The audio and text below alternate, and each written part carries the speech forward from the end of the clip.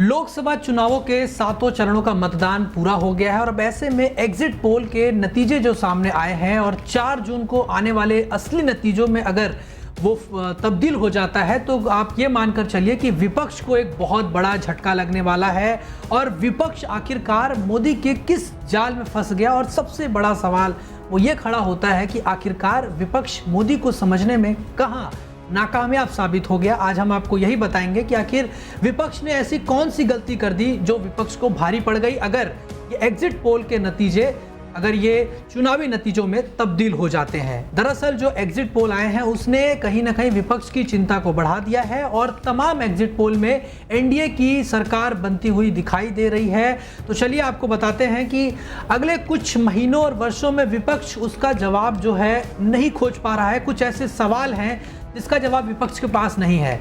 दरअसल विपक्षी दल खासकर कि कांग्रेस के लिए मुश्किल वाली घड़ी होगी। जैसा एग्जिट पोल के नतीजे बता रहे हैं उसके मुताबिक विपक्ष के लिए यह चुभने वाली हार होगी और कांग्रेस समेत दूसरे दलों की ओर से चुनाव में तमाम बड़े वादे किए गए, लेकिन लगता है कि पब्लिक उस पर यकीन जो है वो नहीं कर पाई। वहीं दूसरी ओर प्रधानमंत्री नरेंद्र मोदी जिनकी बातों पर जनता को अब भी काफ़ी भरोसा है, जैसा कि एग्जिट पोल में दिखाई दे रहा है, जो कि गारंटी की बात कही उस पर लोगों ने विश्वास किया क्योंकि प्रधानमंत्री नरेंद्र मोदी ने इस चुनावी कैंपेनिंग में एक नारे का इस्तेमाल किया जिसमें कहा मोदी की गारंटी। तो इस एग्जिट पोल से लगता है कि वो मोदी की गारंटी काम कर गई। दरअसल बीजेपी की जीत और विपक्ष की हार के बाद विश्लेषण भी होगा, जाहिर सी बात है, लेकिन एक ऐसी बात तो तय है कि विपक्ष एक बार फिर पीएम मोदी को पढ़ने में भूल कर गया है।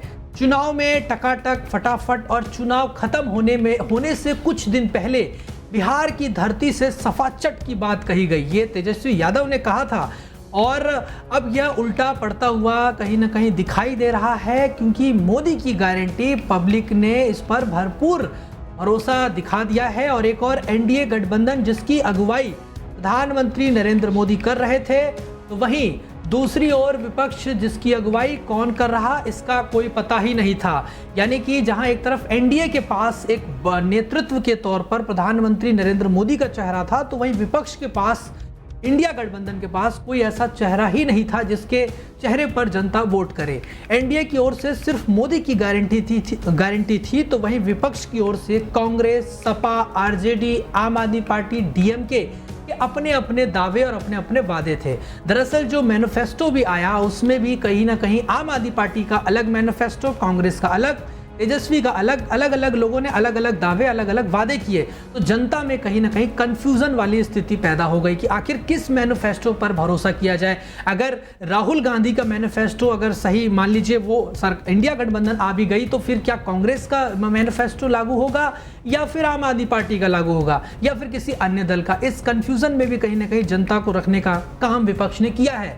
कोई टकाटक अकाउंट में पैसे देने की बात कर रहा था तो कोई सीएए को खत्म करने की बात, क्योंकि राहुल गांधी अपने हर चुनावी कैंपेनिंग में कह रहे थे कि हर महीने 8,500 रुपए महिलाओं के अकाउंट में टकाटक आता रहेगा। लेकिन ये दावे, ये वादे कहीं ना कहीं जनता को यकीन दिलाने में नाकामयाब साबित होते हुए नजर आ रहे हैं, जो कि एग्जिट पोल में दिखाई दे रहा है।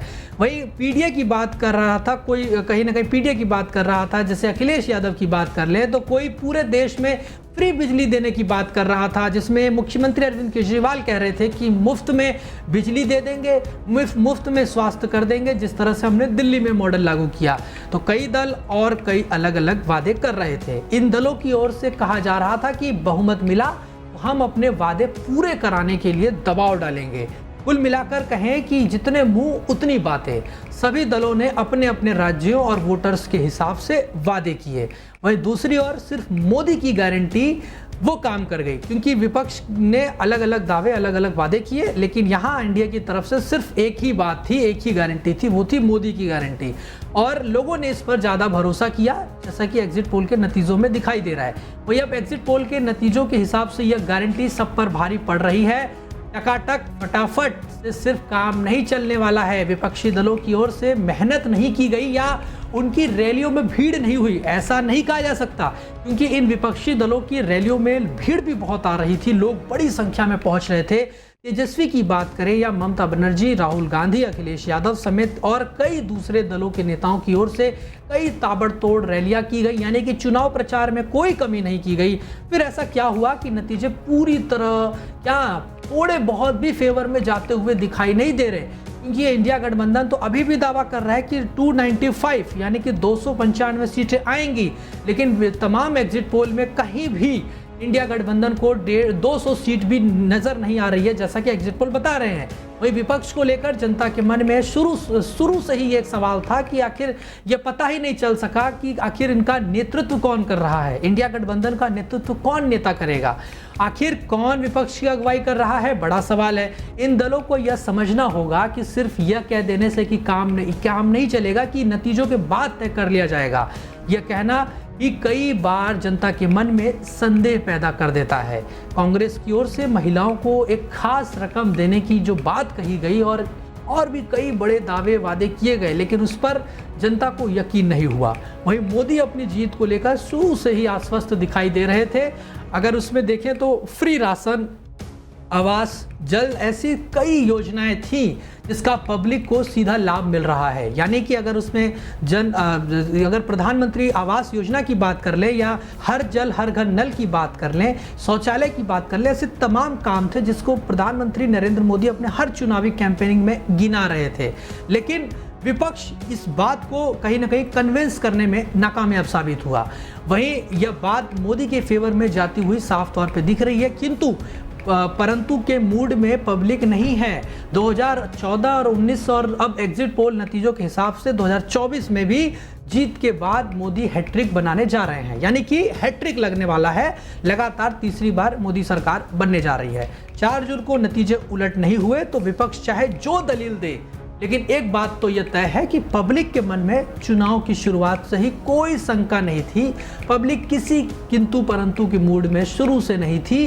विपक्ष भले ही जनता और मोदी को भांपने में चूक कर रही थी, लेकिन पब्लिक का मत एकदम क्लियर था। लगातार तीसरी बार पूर्ण बहुमत के साथ सत्ता में लौटना कोई आसान काम नहीं होता है। मोदी ऐसा करते हुए दिख रहे हैं। सिर्फ केंद्र ही नहीं, हाल के कई राज्यों के चुनाव में भी जनता अपना मत स्पष्ट तौर पर दे रही है। जिस दल को सत्ता सौंपनी है उसे पूरी मजबूती के साथ कुर्सी पर बिठाना है।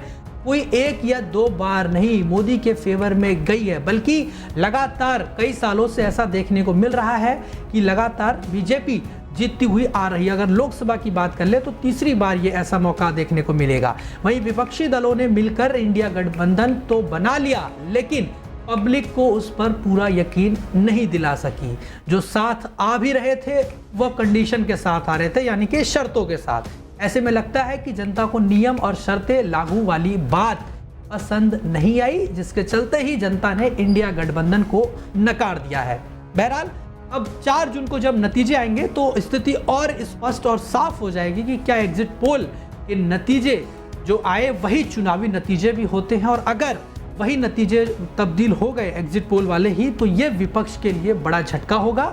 और जो हमने आपको इसमें पूरा विश्लेषण करके समझाने की कोशिश करी कि कैसे विपक्ष नाकामयाब साबित हुआ प्रधानमंत्री नरेंद्र मोदी को पढ़ने में, उनको समझने में, और कैसे मोदी ने विपक्ष को अपने चक्रव्यूह में फंसा दिया और विपक्ष पूरी तरह से धराशायी हो गया।